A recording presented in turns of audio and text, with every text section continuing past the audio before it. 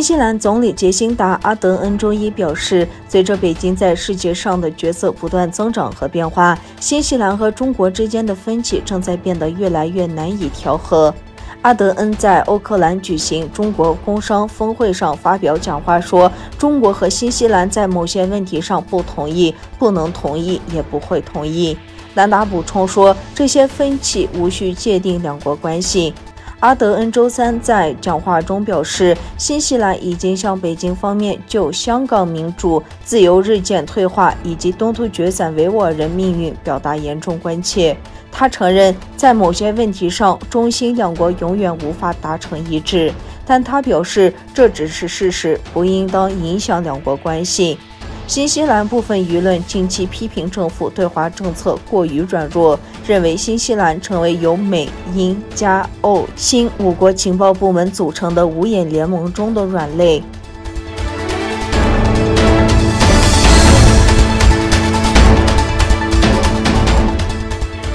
美国国务卿布林肯在周日播出的一个采访中说，北京正在通过对内更严厉的压制和对外更咄咄逼人的攻击来挑战世界秩序，而美国的目标就是要维持这个基于规则的世界秩序。美国国务卿安东尼·布林肯5月2日在美国哥伦比亚广播公司60分钟采访节目中说，我们看到过去几年来，中国在国内的行动更具压迫性，在国外的行动更咄咄逼人，这是一个事实。布林肯也关注中国对维吾尔人的破坏，我们已看到强迫绝育，以努力遏制维吾尔人的生育率。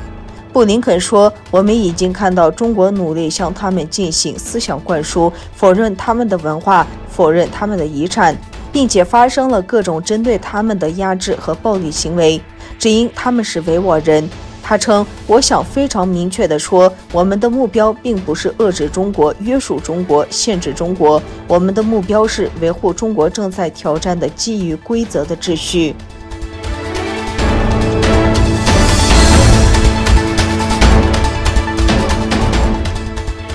由澳大利亚战略政策研究所发布的有关维吾尔人强迫劳动的报告中提到的14家日本主要公司中的2家已经宣布已终止与中国的贸易。日本最大的餐饮公司可国美和据信与维吾尔人强迫劳动有关的京瓷于4月27日宣布，他们已切断与中国的贸易关系。可国美多年来一直从东突厥省向日本进口大量西红柿。澳大利亚战略政策研究所去年3月发布的一份报告列出了14家据信与强迫劳动有关的日本公司，这促使日本维吾尔协会采取行动，并向这些公司致信，要求停止与涉嫌强迫劳动的中国企业的关系。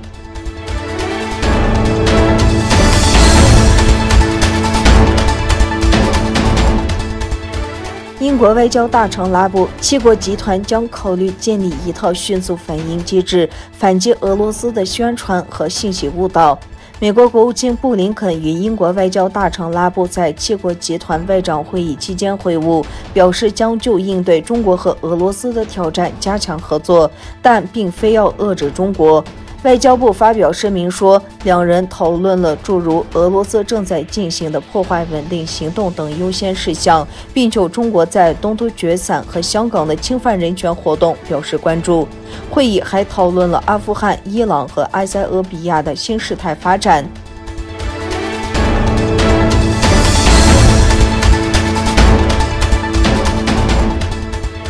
菲律宾外交部长洛辛对自己用粗话抗议中国在南海的侵略性行动作出道歉，但称自己发表这样的言语情有可原。洛辛星期二发出推文，对自己1天前讲粗口向中国外长王毅道歉，但称只会向王毅一个人道歉，不会向其他人道歉。洛辛星期在推特上用粗话发文，要求中国政府和民兵船只离开菲律宾声称拥有主权的海域。他星期二做出解释时说，中国海警在中国所说的黄岩岛附近对菲律宾海警船只进行跟踪、封阻和危险操作等，这让他一时失去了耐心。